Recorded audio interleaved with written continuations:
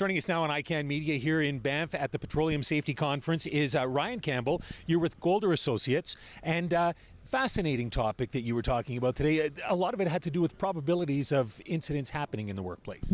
Yeah, absolutely. Probabilities are something we struggle with health and safety, just in order to determine, what's the probability that someone's going to have a hand injury, or these low-level incidents can be tough to actually quantify in terms of a probability. And so it can be difficult to mitigate them, to control them sometimes, just because of that. Well, you talked about different types of thinking that are quite common in the workplace. Tell us about that.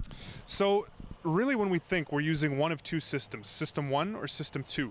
System 1 is that quick gut reaction. That's the one that keeps us safe, jump out of the way, that sort of thing. System 2 is more deliberative. It's more evaluation, more rational thought. Sit down, but it does take some time to actually do that, yeah. So which one works better in the workplace?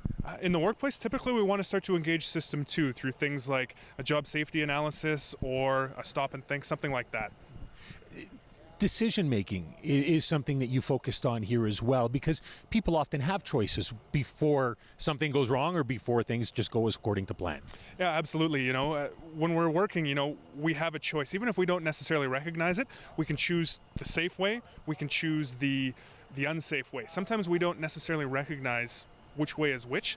And so when we make our decisions, it's important to really evaluate the outcomes and the potential risks associated with that. Great. But you also made it clear that people tend to place too much emphasis in one area, and not enough emphasis, too much emphasis in the one that you think everything's going to go according to plan, and not enough on the potential of hazard happening. Yeah, exactly. A lot of times we underweight the likelihood that some of these low-level incidents are going to happen. We don't think they're going to happen to us. We underweight them, whereas we overestimate the likelihood that something catastrophic is going to happen to us. And so as a health and safety professional, we need to catch both. We need to make people aware that having something like a hand injury is, despite what you may think, actually quite a likely event in terms of the grand scheme of things. If you're not paying attention and doing the job accordingly. If you're not stopping and thinking, then yeah, it's definitely a possibility. Well, because one of the things that you hear a lot in this industry is that they want to make sure everybody gets home safely with all limbs intact.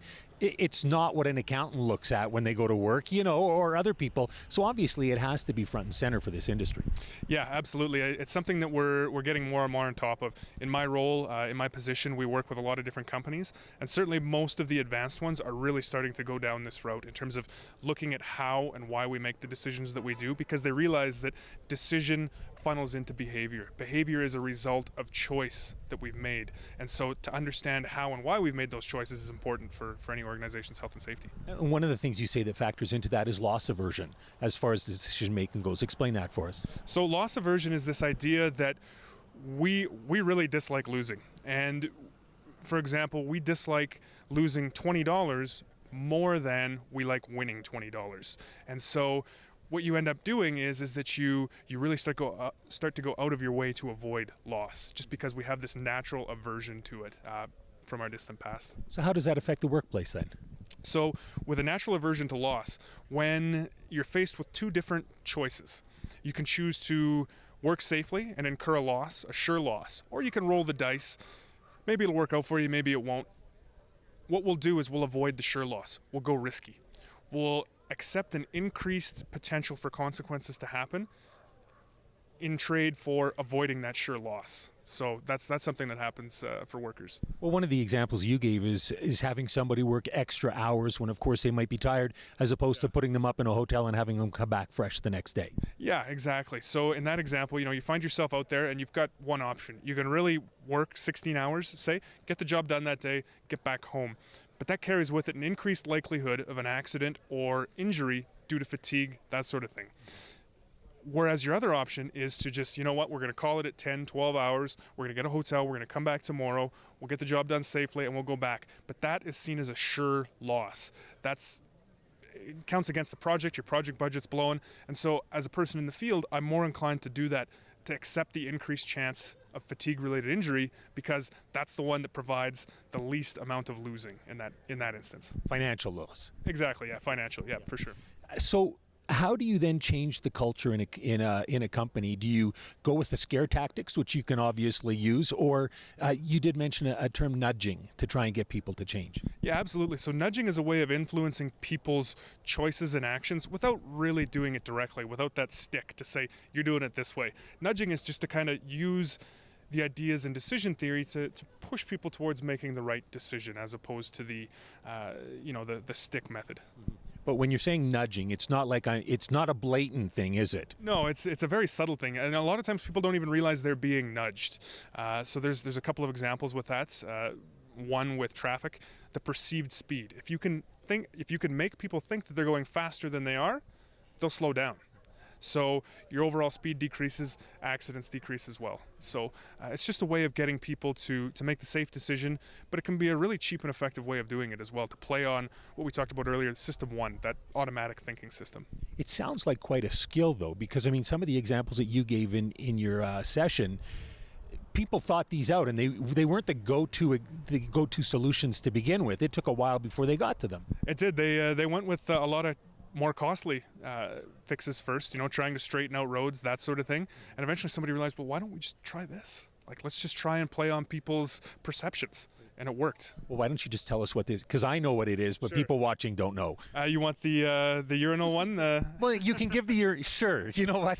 Because it is more amusing, that's for sure, than road safety. Yeah. Okay. I like to lead with the urinal one. It gets people's attention, right? Yeah. And so what it was is that in the Amsterdam airport, they were looking for a way to reduce janitorial costs, custodial costs.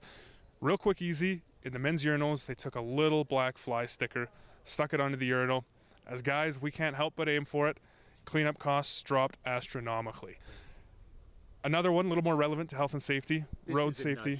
This is a nudge. Because the guys think that they're aiming at the fly on their own behalf, right? Okay. Exactly. They're just doing it. Yeah. Because more relevant for health and safety, though, is the city of Chicago, on one of the roads, Lakeshore Drive. It's got a really bad corner. They were having lots of accidents there. They tried a lot of different things, straightening out the road, big money stuff, lots of signs and flashing lights. People still sped into the corner.